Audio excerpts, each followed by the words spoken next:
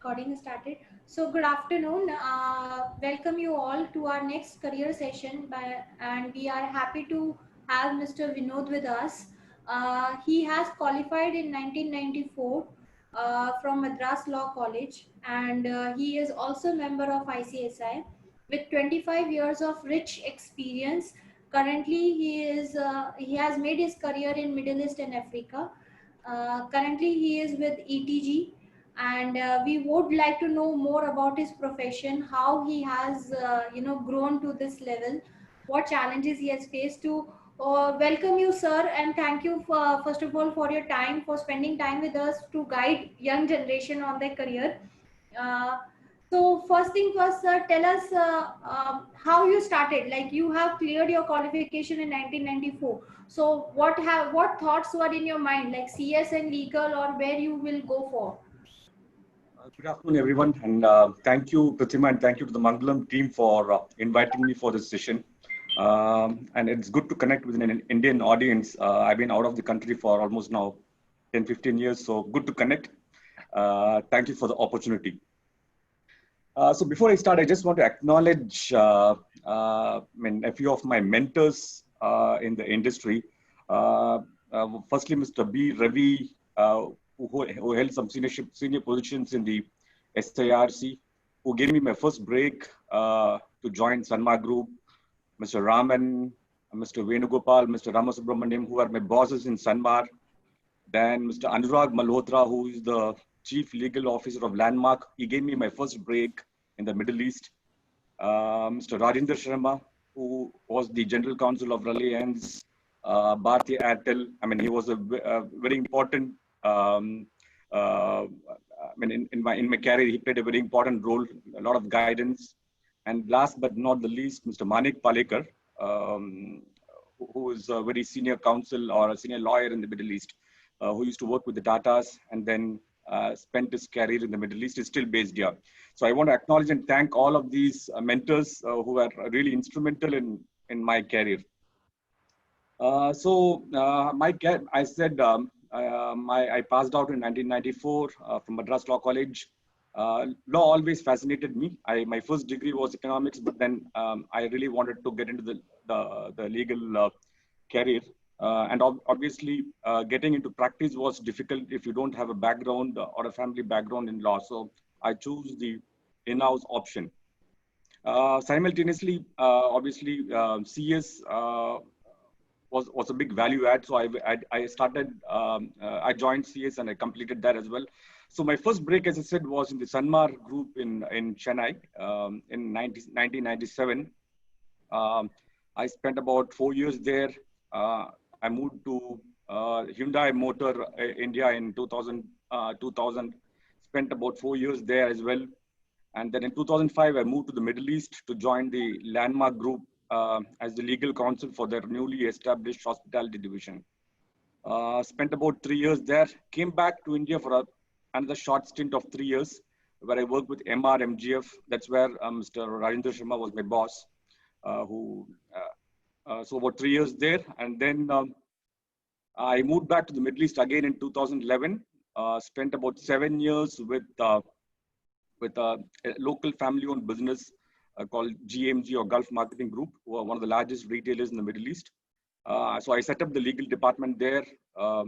Had several successes in that business. It was a family business. It was, in fact, my longest stint in my career, 7 years. And sometime in 2008, it's about 2 years now since I joined ETG, or Export Trading Group, which is actually one of the largest commodity players in Africa. But we have a global presence, including a pretty large presence in India. So right now, I lead the legal department, legal compliance and company secretarial department. We have a multi-jurisdictional team. So my team sits in Johannesburg in South Africa. I have 3 lawyers in Dubai, where I am based, and I have a lawyer based in India as well, in Mumbai. So this is a pretty large organization. We are present in almost 50 countries, as diverse as, say, Ukraine and Kazakhstan and Europe, United States, Canada, Australia.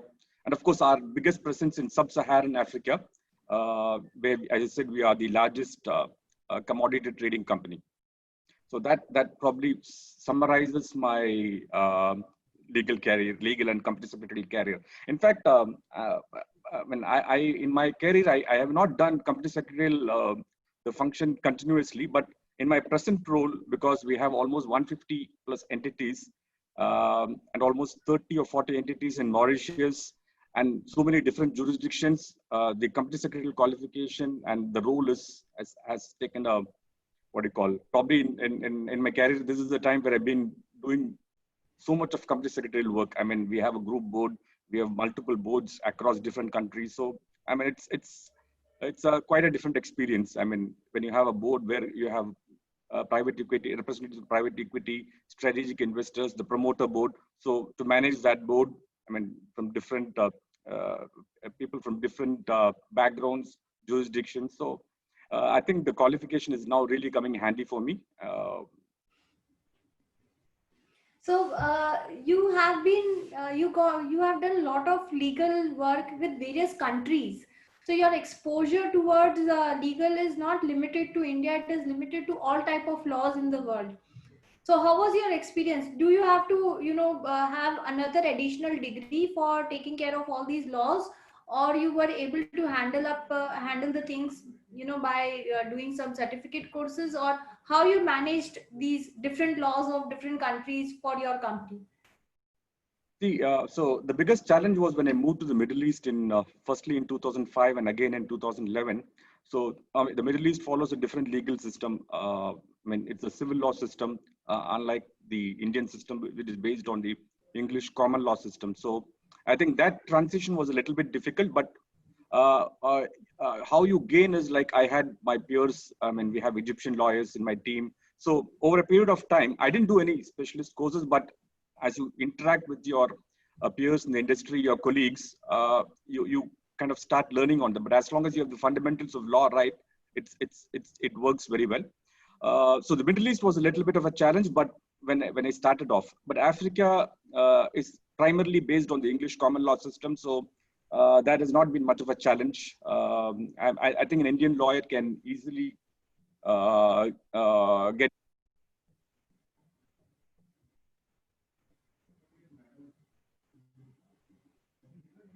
Sir, your volume stopped. Can you hear me now? Yes, yes, sir, you are audible. Yeah. So as I said, for an Indian lawyer, because the Indian legal system is based on the English legal system, the complexity and the dynamics, actually you're naturally prepared when you go to another jurisdiction. So I don't see that as a major challenge. I mean, there are so many people like me, I mean, heading legal departments in the Middle East and Africa. So I don't think you really, it's good to have a foreign degree. You can do a master's from one of the European countries.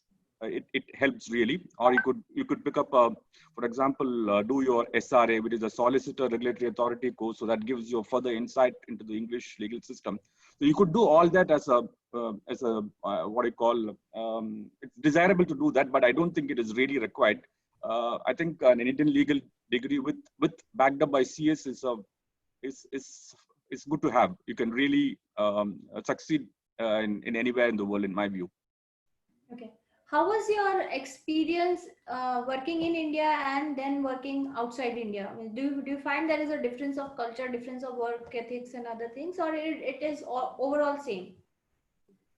See, from a work ethic point of view, there's not much of difference, but I think from a cultural point of view, there is a big difference. So as I said, when I was working in my previous role in the Gulf Marketing Group, so I had a team of 5 Egyptian lawyers, 4 Egyptian lawyers and 2 paralegals. So I mean, it's a completely different culture. So I mean, it's more how you actually what do I say, gel with them. You need, I mean, I don't think if you come back with your Indian background, it will be difficult. You need to adapt. They think from a different perspective, so you need to adapt to that. So likewise, when I moved to my present role in ETG, so I have 5 South African lawyers reporting into me. So that's a completely different culture. I mean, so that was a challenge. Not from a work ethic or a technical perspective, but from a culture perspective, I found that to be uh, not difficult, but I think that was where you need to adapt. You can't come with the Indian mindset and get going. You need to gel with the team. So initially there were challenges, but once I understood the way it worked, uh, it was quite successful. I count my team in GMG. They still contact me. We still exchange ideas. In fact, certain legal cases which I deal in my role, I take their advice because they know much better from a local legal perspective. So I think you need to connect with them at a cultural level, gel with them, and I think you can succeed. But my advice is, if you're looking at Middle East or Africa, you need to make that mindset change. So we meet a lot of people who have difficulty to have their mindset change from one organization to another organization in India only. So when you're asking to change country, I think it has to be various different kind of mindset overall. Yeah, I What type? think. Yeah, yes, sir. Yeah, please go on. So what type of suggestion you will give to the people who want to expand in their horizon of career search, and they want to search beyond Indian boundaries? See, I think for Indian CS and legal professionals, I think one is the Middle East is a natural. It's a kind of a natural corollary where you can actually move into. I mean, uh, I mean, uh, we recently started the CS branch in chapter in Dubai, and we had almost, I think, close to 500 members in this region. And so, I mean, not necessarily all of them are in the CS profession. They are chartered accountants, they're pure lawyers. There are few combinations, like in my case. So there are opportunities. You need to, I mean, the trick is not that I just want to move to the Middle East or to a foreign country. I mean, look out for opportunities. And I mean, at some point of time, you will get the right break. Do you suggest them to go for various degrees and parallel certificate courses as well? So as I said previously, it always to work in the Middle East, it's good to have a English degree, and anyway, your base is in the Indian law is substantially similar to the English legal system. So it's good to have from a what you call from a marketing perspective. I don't think it's really from a knowledge perspective. We don't really gain much, but it's good to have. So either a master's degree from US or the United Kingdom, and or you can do the SRA, the Solicitor Regulatory Authority, which actually gives you a right to practice in the English codes. So what either of these two is what I would recommend. I mean, for CS professionals, you can do the ICSA UK, which gives you an international qualification. I'm not saying this is mandatory, but it's good to have. I mean, you will probably gain wider acceptability. You can market yourself better if you acquire these additional qualifications. So in my case, I didn't go for any of these. I'm actually working on the SRA, though I'm at fairly at late stage of my career. I'm looking at doing the SRA. I mean, just for the not from a marketing or from a that perspective, but just from a knowledge perspective. I want to take the exam and see to have an English degree. So the bottom line is, it's not a must-have. It's good to have.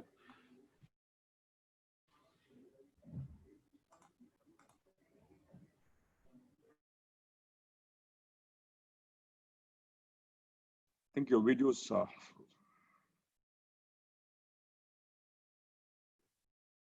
Pratima, your video is not on. You're disconnected.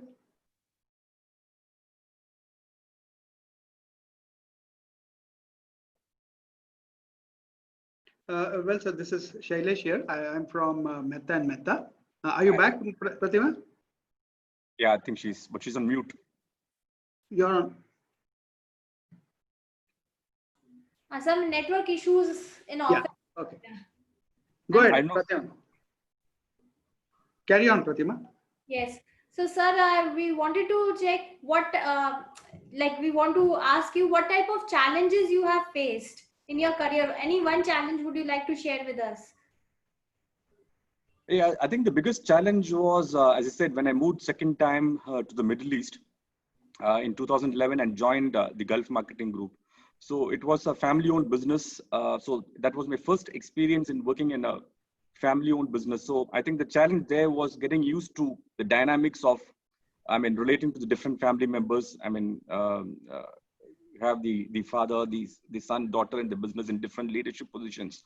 I wouldn't say it's difficult, but it was a little bit of a challenge. But once you made that connect, then life became very easy. So as I said previously, I spent 7 years in that business, and that was the longest ever in my career. So uh, again, I would reiterate, it is not difficult, but it was a little bit of a challenge. But eventually, I struck a fantastic rapport with the family, and in fact, one of the biggest achievements there was all the litigation which we dealt with in the 7 years. We were successful, whether it's commercial or labor.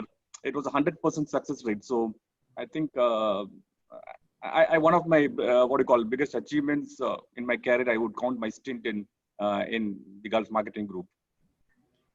So, what is your suggestion towards this young budding CS company secretaries who are looking out for job? What mindset they should have and what type of jobs they should go for? I think here I would like to just not quote, some advice which one of my former bosses, Mr. Rajendra Sharma, had given me. So this is not just for CAs; it could be for a legal professional as well. So whichever industry you join, you need to actually relate to that industry. So the advice which Mr. Sharma gave me was that if you are joining an automobile industry, ensure that you go into the factory, go to the plant, see how it works, understand the industry, understand the dynamics, how it works. Then you would be better able to relate to that business, and because basically you're a support service, so you would be able to provide better support service when you relate to the industry. When you work with the business, think like the business. Don't try to be a policeman stopping things. Your role is not that. You need to ensure that the business runs, but mindful of the risks. To give you a personal example, though, at this stage in my career, when I joined ETG, as I said, we have a substantial presence in sub-Saharan Africa. One of the things I did was, in the first year, was to visit a country called Malawi, where we have a large presence. I'm probably not many would have heard of that country. It's amongst the poorest countries in Africa, but it's a pretty large country where we have a substantial operation. So I visited that country in one of my business trips. And what I found was, even though it was a poor country, the legal system there was extraordinary. I mean, it was the English legal system. They had proper codes. The lawyers were top notch. So you perceive that this is a poor country, the systems will be outdated, but it was just to the contrary. So the advice I would make for budding CAs or legal professionals is that you need to relate to the industry wherever you join, relate to the industry, understand the business, and then uh, that would be a major factor in your success in any business or in any career you choose. Sir, any questions, Sherry sir? I think it's on mute. Yeah, unmute. Yeah. Yeah. Good afternoon, and very nice to have you with us with such a wide exposure that you have had across countries and even into Africa. One has talked with people in Dubai and other places, but not too much with persons in Africa. You mentioned, I heard you saying that what is important is how to deal with situations, and you do not really require a deep qualification in law. I agree with you, and it applies to me very much so. I have been a company secretary for the major part of my career. I've retired now, and I have headed the legal department as well as the company secretarial department. Funnily, I have never had a legal qualification. But what I felt is important is that you have persons under you who have the knowledge and you know how to leverage that knowledge. Could you expand on this a little bit? Absolutely. So I would just go back to what I had previously said in the early part of my discussion. So when I joined, see, as I said, when we moved to the Middle East, the legal system is completely different. It's the civil law system, the French system, not the English system. So it's a substantial change from what you have been doing all your life, what you have learned. So Yes. you need to really unlearn a bit, first of all. When you want to learn a new thing, you can't think like an English lawyer to work in the Middle East. You need to think like them. So what helped me greatly in this in when I joined when I moved to the Middle East was, as I said, I mean, you need to put your ego away. I mean, even if you're the boss, you need to learn from your peers, from your subordinates also. Go with an open mind. So as I said, my Egyptian colleagues and very senior guys who are actually reporting into me, but I mean, we had a fantastic relationship. I mean, when you talk to them, you know that I mean how the local courts look at agreements, how they look at situations. It's not. It's a completely different perspective. So I think that was my biggest learning, where I just opened myself. I said, you guys need to teach me. And as I said, this almost 7 years of success in GMG is as a testament to the fact that I was able to adapt by learning from my subordinates, from my peers in the industry. So the advice is, you need to when you move to a different system, it could be even a new organization. You need to put your baggage behind. I mean, interact with the new colleagues, the new system, and learn new things. You also mentioned that you are now very much engaged in company secretarial activities, which you were not doing earlier. You were more into law than in company secretarial activities, but now you are more into company secretarial activities. Uh, how evolved is the Companies Act in the places where you have been? For example, in India, the Companies Act is quite evolved, and especially the Act of 2013 is very detailed, covers a number of things, and supported by secretarial standards. I think it gives a very good framework. How well evolved is companies law in the countries in which you have been? So in my present role, as I said, we have almost 150 plus entities in different Yes. jurisdictions. Yes. Most of the holding entities are in Mauritius, and I think Mauritius, the law is more or less on the lines of the Indian law, quite structured. We are not a Okay. listed entity; we are a privately held business, but the law is quite evolved. I mean, there is, in Okay. fact, we have a entity called Rogers Capital providing company secretarial services, because it's practically impossible for somebody sitting in the Middle East to Yes. manage the entire remit. So the complexity can be explained by the fact that you need an external service provider to support you in providing those services. Likewise, in rest of Africa, we think that the legal systems are not developed, but I mean, even for unlisted companies, private companies, there are mandatory requirements to hold meetings, to make filings, notice of change in directorships, everything. I mean, I've done it in Nigeria, I've done it in Malawi, Kenya, Tanzania. So I think in terms of complexity, maybe not as complex as the Indian companies law, but quite complex. Uh, it is indeed a great learning experience when for me at this stage, though coming from an Indian background.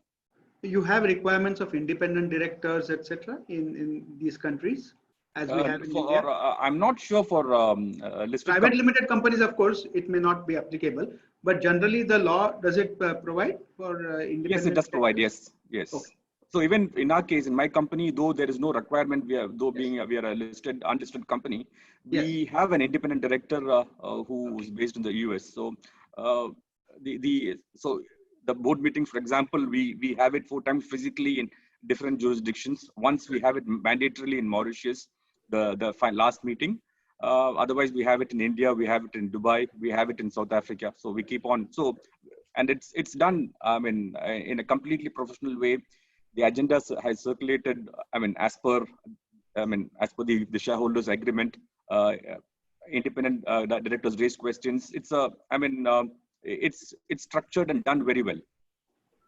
Yeah, I have been a member of the Secretarial Standards Board in India, along with our founding partner Deepthi Mehta. Uh, uh, Secretarial Standards 1 and 2 have become law in India.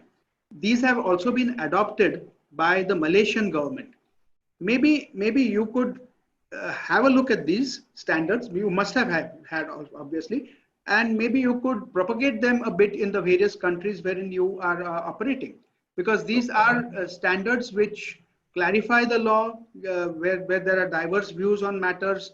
A common method is prescribed, and two of the standards are now law in India. The others are recommendatory, while the SS1 and SS2 are law.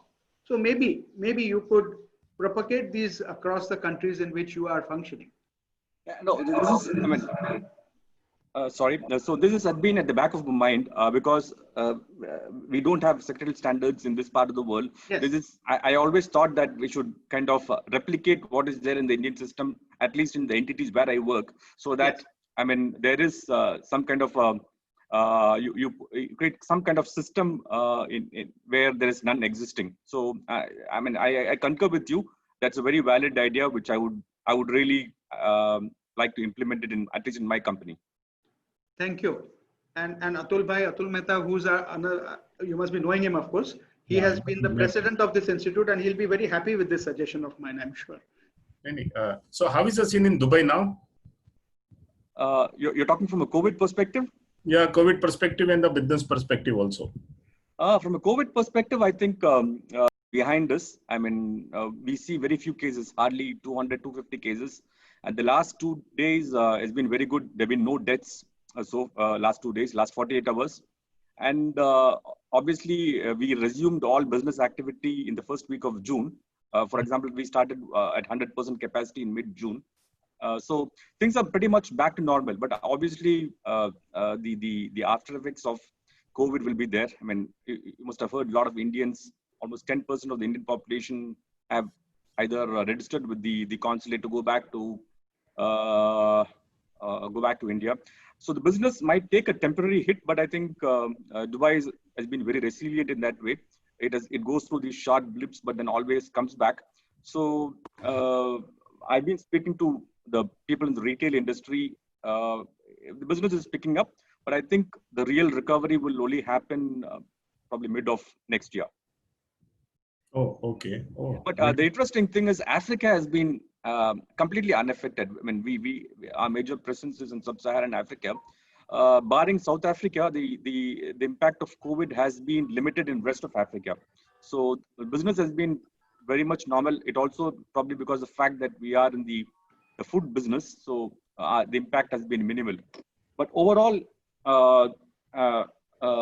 it's been the impact in this part of the world has been pretty minimal. Oh, okay.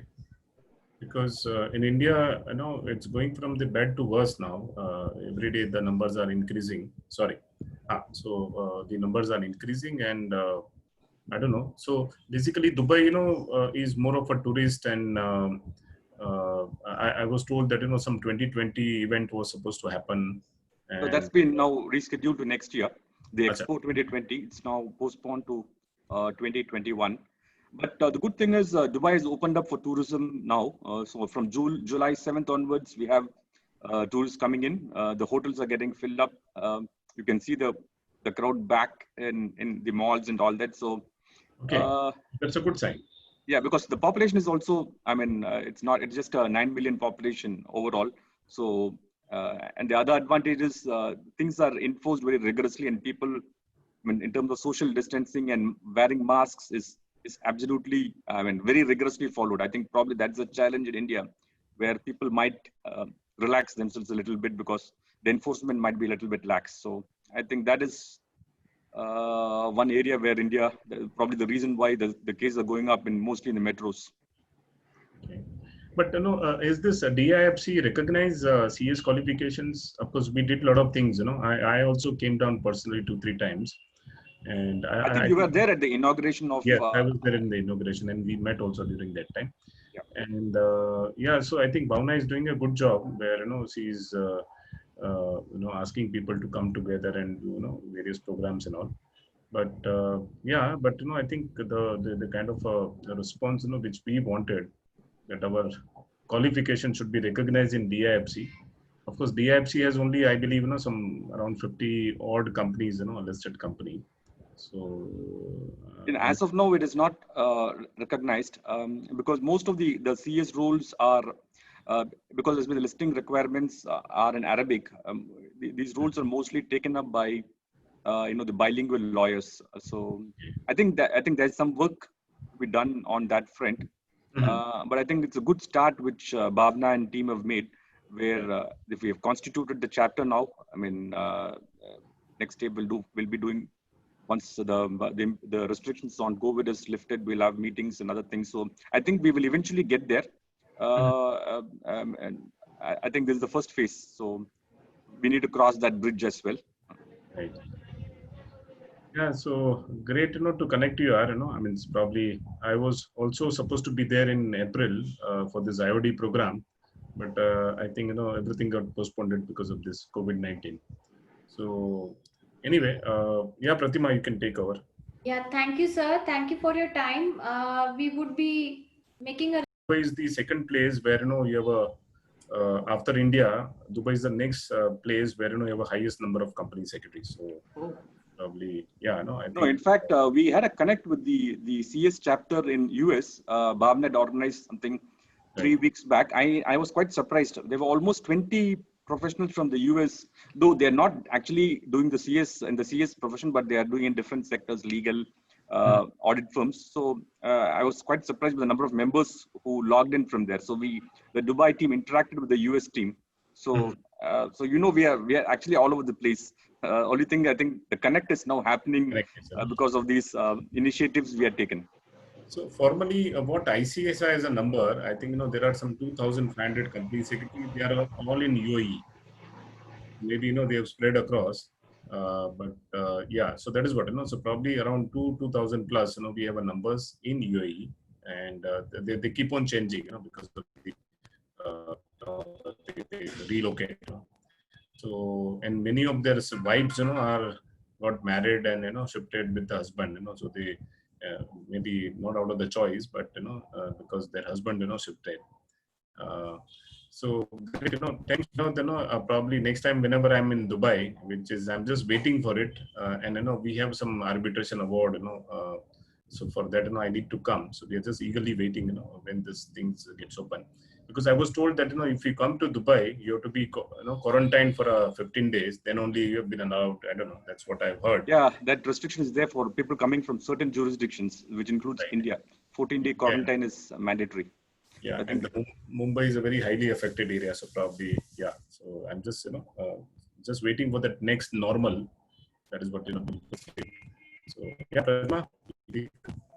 Thank you, sir. Thank you, team, for being here. Yeah. So thank you very much. And nice interacting with you all. Yeah. Thank you, boss. Thank you very much. Thank you. Thank you, sir. Nice interaction. Thank you. Thank you very much. Bye-bye. Bye. Bye.